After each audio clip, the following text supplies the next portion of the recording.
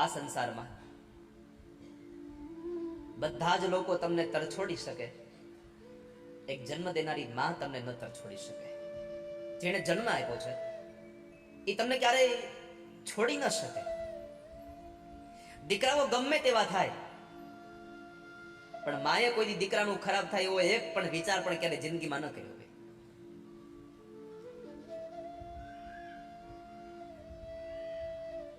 એટલે તો કહ્યું કુપુત્રો જાયેત ક્વચિદપી કુમાતા ન ભવતિ. આ સંસારમાં છોરું કછોરું થાય, માવતર કમાવતર ન થાય કોઈ દિવસ.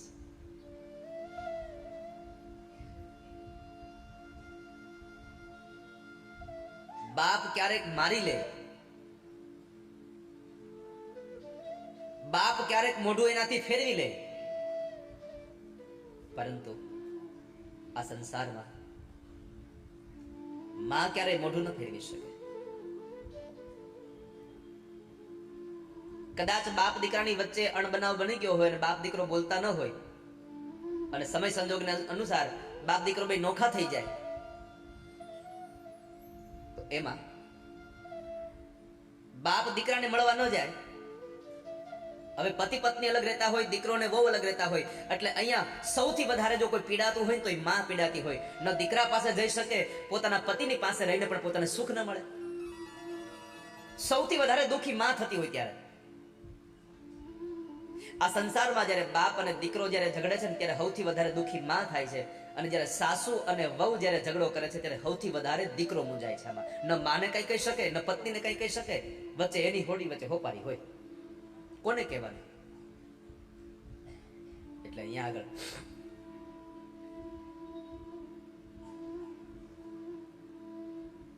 દીકરો અને બાપ જ્યારે જુદા થઈ જાય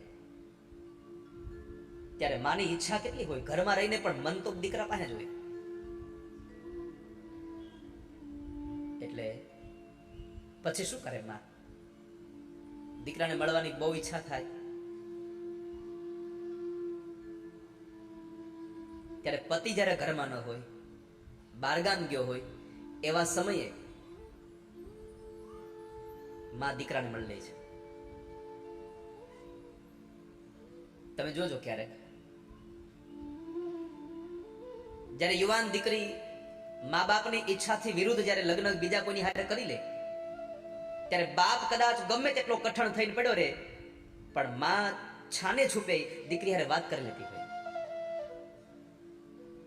આ નરું સત્ય છે.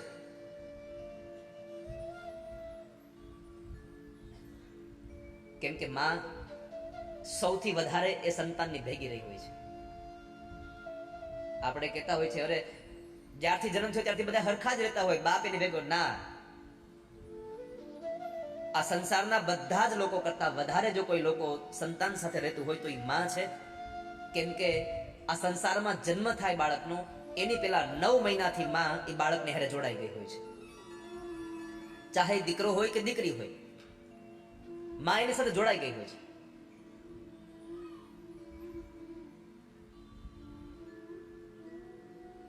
એ તો આપણે સંસારમાં એમ કહીએ છીએ કે મોટો દીકરો બાપને વાલો હોય, નાનો દીકરો માને વાલો હોય. ના, માને ગમે તેટલા દીકરા હોય, બધા દીકરા એક જ સરખા વાલા હોય. આ સંસારમાં કોઈ એક એવો માણસ બતાવો કે જેને ડાબી આંખ વધારે વાલી હોય, જમણી ન હોય. દરેક માણસને બધી આંખો સરખી જ હોય. એમ દરેક મા બાપને પોતાના દરેક સંતાનો પોતાની આંખમાં, પોતાના હૃદયમાં સરખા જ હોય છે.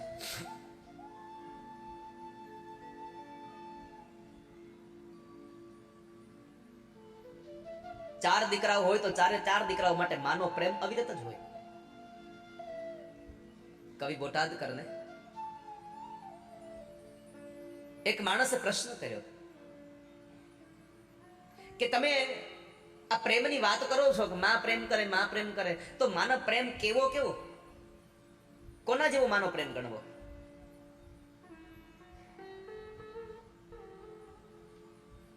આકાશમાંથી જેમ વાદળાઓ વરસે એમ માનો પ્રેમ વરસે છે? કવિ બોટાદકરે ના પાડી કે ના, આકાશમાં જેમ વાદળાઓ વરસે એમ માનો પ્રેમ નથી વરસતો. કેમ? તો કહે છે કે આકાશમાં વાદળાઓ 4 મહિના હોય, 8 મહિના વાદળા નથી હોતા, પણ માનો પ્રેમ તો 12 મહિના હોય છે. વરસે ઘડી કવ્યો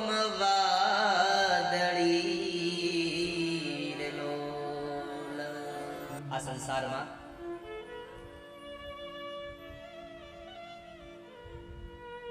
માં એક તત્વ એવું છે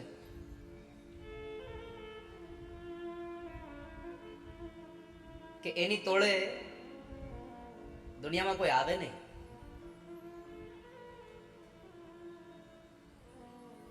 એ માએ 9 મહિના સુધી એના પેટમાં આપણને રાખ્યા. એની જિંદગીના બધા જ સુખોને એને છોડી દીધા પોતાના સંતાનોના સુખ માટે. અને ક્યારેક ક્યારેક તો સંસારમાં આપણે એ જોતા હોય, શું ભગવાન કઠોર બની જાય. 5-7 મહિનાનું બાળક હોય અને એ બાળકનો બાપ અનંતની યાત્રાએ વયો જાય, ત્યારે એ માં દીકરો એકલો અનુભવ ન કરે એવો, એટલે એ માં પણ રે અને બાપ પણ બની જાય. 2 પાત્રો ભજવીને પોતાના સંતાનને મોટું કરે. પેટે પાટા બાંધે, કાળી મજૂરી કરે, દીકરાઓને ભણાવે ગણાવે. પણ પછી એ દીકરાઓ મોટા થઈ અને પાછા એ માને મૂકી અને શહેરમાં એકલા રહેવા વયા જાય ને, ત્યારે સૌથી દુખી માં થઈ જાય છે.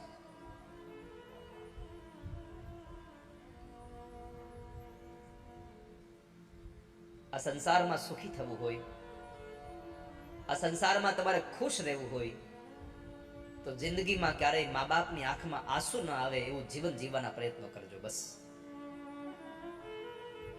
બાકી તમે અબજો રૂપિયા કમાતા હશો, પણ તમારા મા બાપ જો તમારા પૈસાથી રાજી નહીં હોય તો કોઈ દિવસ તમને જિંદગીમાં સુખ પ્રાપ્ત નહીં થાય.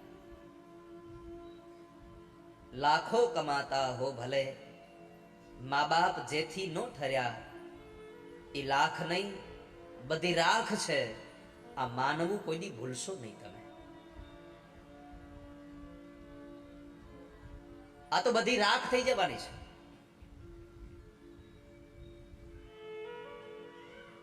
એટલે તો કવિઓ એમ કહે છે કે બીજા બધા મરજો, માં કોઈની મરશો માં.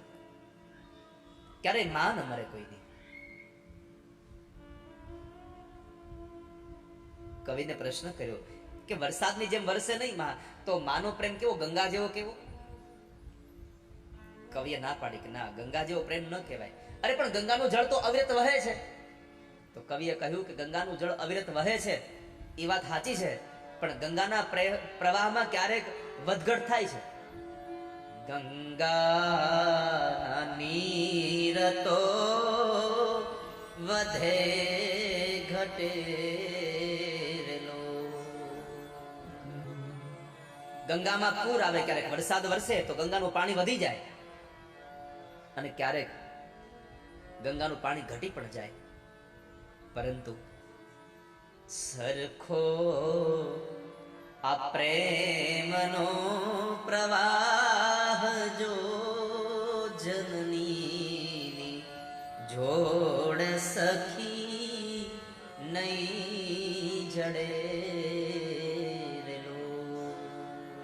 સરખો આ પ્રેમનો પ્રવાહ જો જનની જોડ સખી નહીં જડેલો. આ સંસારમાં માં જેવું પાત્ર ક્યારેય મળતું જ નથી. એટલે માં પ્રસૂતિએ એમને આવકાર આપ્યો. બેટા ભવાની આવી ગઈ. થોડી વાર એને સાંત્વના આપી અને પછી માં ભવાની ઉભા થયા અને ફરી પાછા જે જગ્યાએ યજ્ઞ ચાલતો હતો ત્યાં ગયા છે. ત્યાં જઈને જુએ તો તમામ દેવી દેવતાઓના સ્થાપન હતા, પણ પોતાના પતિનું એક સ્થાપન નહોતું. અને ભારતની સાચી આર્ય નારી એને જ કહેવાય કે બધાના અપમાન સહન કરી શકે, એક પોતાના પતિનું અપમાન સહન ન કરી શકે. એ સાચી આર્ય નારી છે. જાય છે, જુએ છે. 13 શ્લોકોમાં ભાષણ કર્યું છે મા ભવાનીએ. હે ભગવાન શાંત થાવ. ભગવાન શાંત થયા વીરભદ્રને શાંત કરે. દક્ષ પ્રજાપતિને સજીવન કરવાની વાત ભગવાન નારાયણે કરી એટલે બકરાનું મસ્તક ઉતારી અને દક્ષના ધડ સાથે જોડ્યું. એને સજીવન કરે છે. એને સજીવન કર્યો. સ્તુતિ કરવા ગયો, બોલી ન શક્યો એટલે તાળીઓ પાડી અને ભગવાન મહાદેવની સ્તુતિ કરે છે. જીભ હતી ત્યારે નિંદા કરી, જ્યારે જીભ નથી ત્યારે સ્તુતિ કરવા જાય છે. આપણું બધાનું આવું જ હોય છે. ભગવાને આટલી સુંદર જીભ આપી દે ત્યારે આપણે કોકની વાતો કરવામાં જ આપણે આખો સમય પસાર કરી દઈએ. અને જ્યારે બીજી યોનીમાં આપણને જન્મ મળે ત્યારે આવી કથાઓ થતી, ત્યાં જવા કે કોક આપણને પાણું મારીને કાઢી મૂકે, પથ્થરો મારે ને કાઢી મૂકે. આ દુનિયાનો નિયમ છે.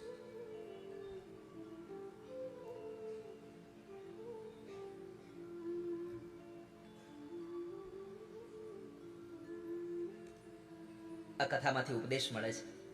સત્તાનો સદુપયોગ કરાય, દુરુપયોગ ન કરાય. પછી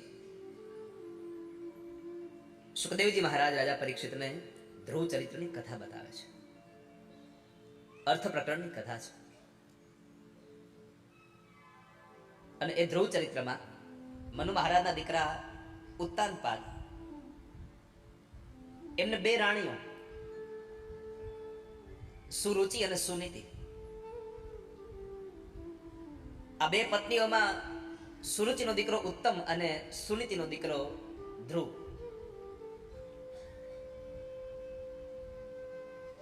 એક વખતના સમયે ઉત્તાનપાદ રાજા સુરુચિના દીકરા ઉત્તમને પોતાના ખોળામાં લઈ અને બેઠા હતા. અને એ સમય બરાબર સુનીતિનો દીકરો ધ્રુવ આવે છે પોતાના પિતાની ગોદમાં બેસવા માટે.